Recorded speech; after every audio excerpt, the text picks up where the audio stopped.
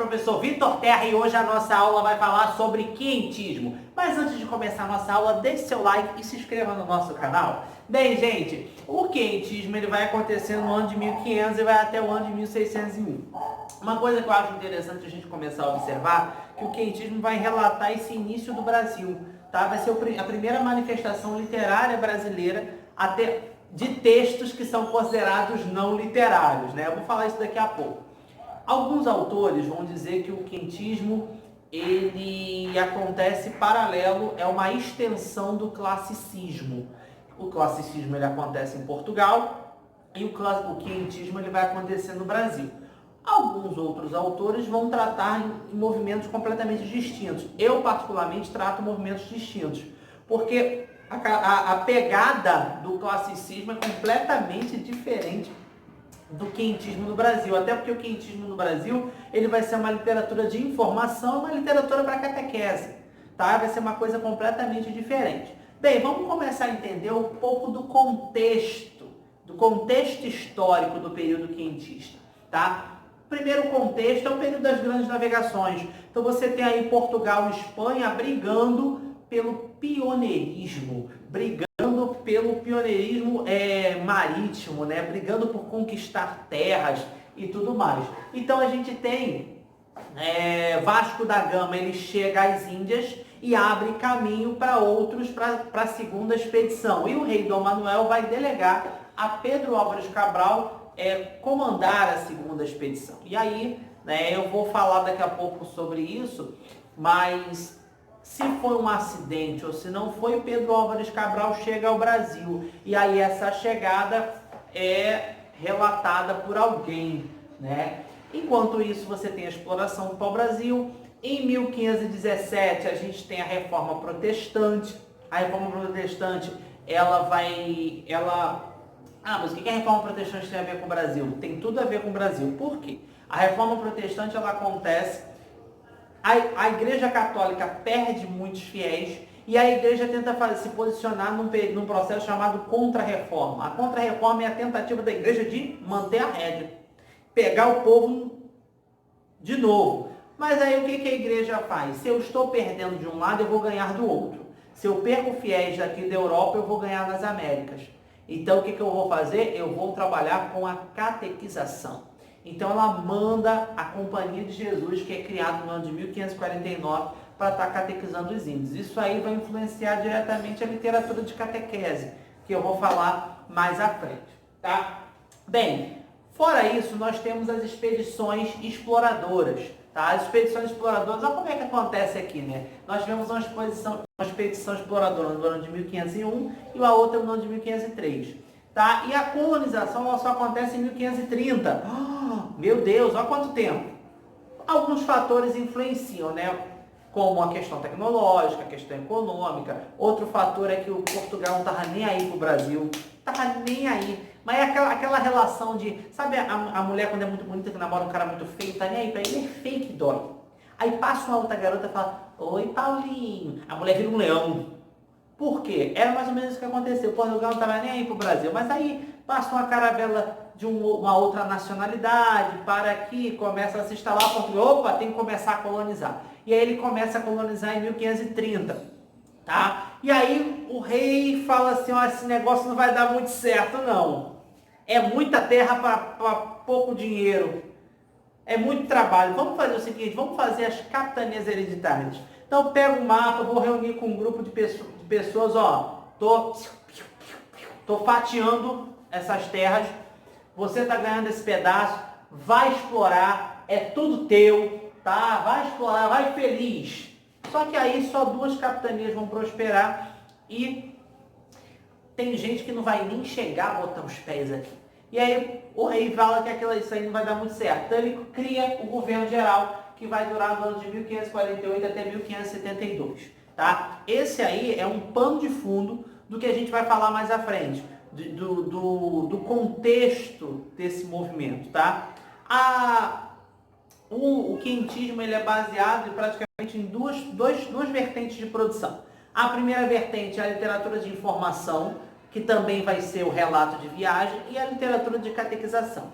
O marco inicial vai ser a carta de Pero Vaz de Caminha, endereçada ao rei Dom Manuel, tá? Mas a carta de Pero Vaz de Caminha tem aí suas polêmicas. Primeira polêmica. Antes dos portugueses, você tinha os índios, que viveram aqui durante muitos e muitos anos antes deles. E aí já havia produção literária, não escrita, mas uma produção oralizada. Então você já tinha uma produção literária. Mas, primeira produção escrita, a carta de Pero Vaz de Caminha, tá? Outra polêmica, todo documento, tudo que é feito em um navio, em um avião, ele é uma extensão do solo a que ele pertence. Vou te dar um exemplo melhor. Se uma criança nascer num navio francês, ela é francesa, porque o navio pode estar parado na Baía de Guanabara, mas é uma extensão daquele solo. Todo navio, todo avião é uma extensão do solo a que ele pertence, tá bom?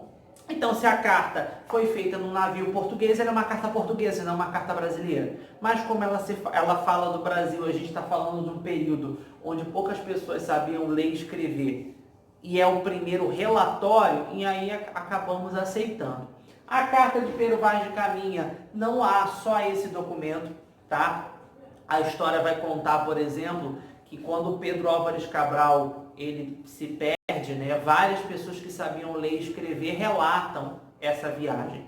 Tanto é que quando ele vai para as Índias, ele manda um barco levar para o rei Dom Manuel aquele bolo de cartas de outras pessoas. Só que essas cartas foram perdidas com o tempo, tá? Ele manda para Dom Manuel aves, algumas pedras, um pouco do solo, inclusive um índio tupiniquim. Ele manda para Dom Manuel.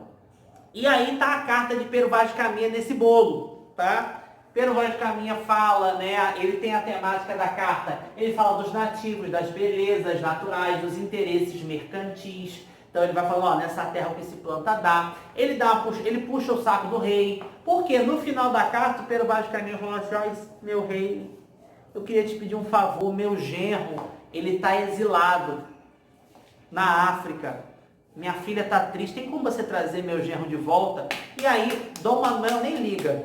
Dom Manuel, mas eu vou trazer, o genro ele roubou a igreja, o genro dele roubou a igreja. Eu vou trazer esse ladrão de volta, deixa esse ladrão para lá. Esquece essa desgraça. Mas ele pede, no final ele pede, teria como você... Ou seja, ele puxa o saco para pedir um favor. Mas, Vitor, por que a gente só fala da carta de caminho? Porque a carta de caminho, ela é uma carta... Primeiro, nós temos um emissor. A gente sabe que quem emitiu a carta foi o Pero Vaz de Caminha.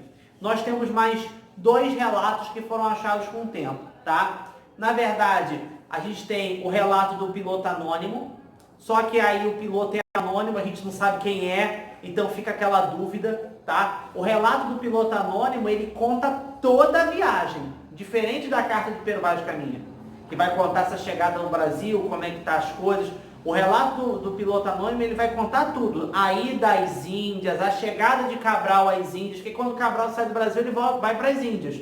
A chegada de Cabral às Índias, ele rapidinho acha o caminho. Ele chega às Índias, eles são atacados, o Pero Vaz de Caminha morre. Tudo isso está na relação do piloto anônimo. E a gente tem a carta do mestre João, tá? Mestre João é uma espécie de médico da frota, tá? E aí ele coloca no meio dessa carta uma pulga, dizendo que o Brasil não foi descoberto por um acidente, dizendo que Cabral sabia muito bem o que estava fazendo. Vitor, então por que essa carta não cai como uma bomba para o estudo da história? A carta do mestre João, ela, para a historiografia, ela é muito pobre em detalhes. Então a gente não sabe se realmente foi escrita por alguém que estava na frota. Há muitas dúvidas nesta carta. Então, para nível de conversa, o Brasil foi descoberto por Pedro Álvares Cabral, foi aquele acidente, aquela coisa toda que os livros didáticos nos contam, tá bom? Mas uma coisa interessante, só para poder... Eu adoro essas fofocas literárias, adoro fofoca literária, contar esses podres que a gente não sabe.